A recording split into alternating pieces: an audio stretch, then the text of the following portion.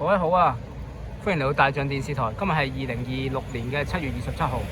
咁咧呢度係顯田村同埋上徑口村。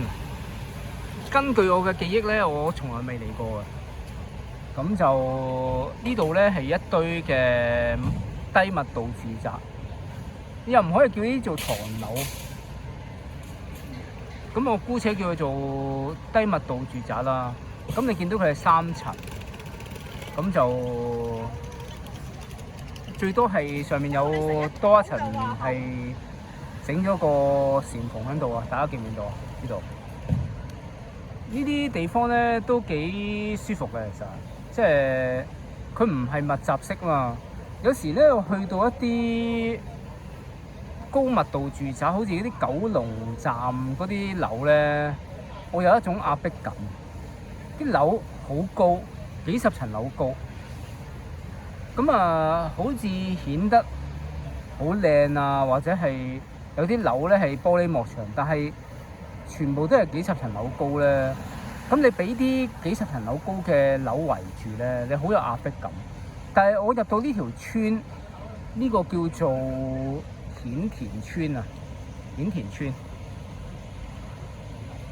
咁同埋隔離咧，就叫做上徑口村，上徑口村嗰度有個路牌嘅。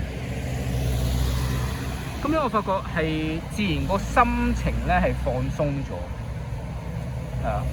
可能我係一啲比較唔中意追名逐利嘅人啦，即係我嚟到呢個地方，呢啲咁低密度嘅住宅。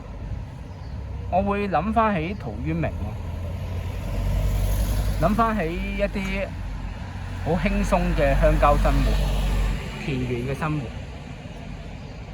咁我就會明白歸鳥戀舊林，池魚思故淵。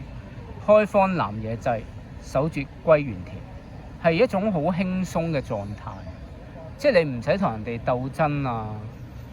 你唔使同人哋爭名奪利，互相傷害咯。可能細個嗰陣時，可能我為咗爭啖氣，成日同人哋爭執，其實唔需要咯。做好自己，過好自己生活已經好開心。當然你可以同人哋捉下棋啊，打下麻雀啊，但係勝負嗰場比賽完咗，你唔需要再計較，你可以放低。咁你見到一路直去都係一啲3層樓高嘅地方啦。我希望可以呢個地方維持得幾耐就得幾耐啦。而家個社會嘅人就係想佔領嗰個地方，然之後起啲高樓大廈去賺錢。大家都明白香港呢個地方，佢哋冇去真正去享受嘅。其實佢哋淨係諗住賺錢啊，喺高樓大廈謀取暴利啊。其實佢哋失去嘅嘢係更加多，即係你會感受到呢種低密度住宅啊，大家人同人之間個距離係近咗。即係我頭先留意到有一間鋪頭咧，佢就係閂咗道閘，當然佢有閉路電視嘅，佢又唔介意啲嘢俾人偷喎。咁閂咗道閘就寫住話有事外出啊咁樣啦。其實係好放鬆啊，即係有時你喺一個城市入邊，你可能會好驚啲嘢俾人哋攞走啊。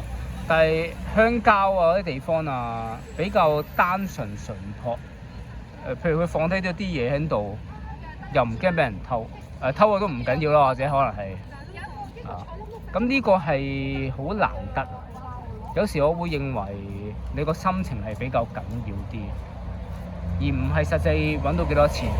其實你心情放鬆，你自然會揾到錢嘅。因為錢係一個副產品咯。第一件事，但可能唔知大家咧而家嘅處境係點樣啦？可能你處於一個好不利嘅狀態又好，好輕鬆嘅狀態又好，好多錢又好。但係其實保守你嘅心勝過保守一切，呢個係聖經講。最緊要就係你個人放唔放鬆？你只要放鬆，你就可以做到你想做嘅嘢。當然，我梗係建議大家做一啲有利於社會嘅事啊。咁我相信呢個天都會幫助你嘅。咁我繼續行落去啦。咁大家可以留意下呢個地方啦。即係譬如有啲路牌咧，顯慶樓，大家都知道大概嘅地方啊。你可以跟翻附近嘅標記揾到呢個實際地方啦。呢度隔離左邊就係一啲公屋，咁就相映成趣咯。隔離係一啲幾十層樓高嘅公屋，我估係公屋啦呢啲地方。咁隔離喺低密度嘅住宅，我唔可以叫佢做唐樓啊，其實基本上真係。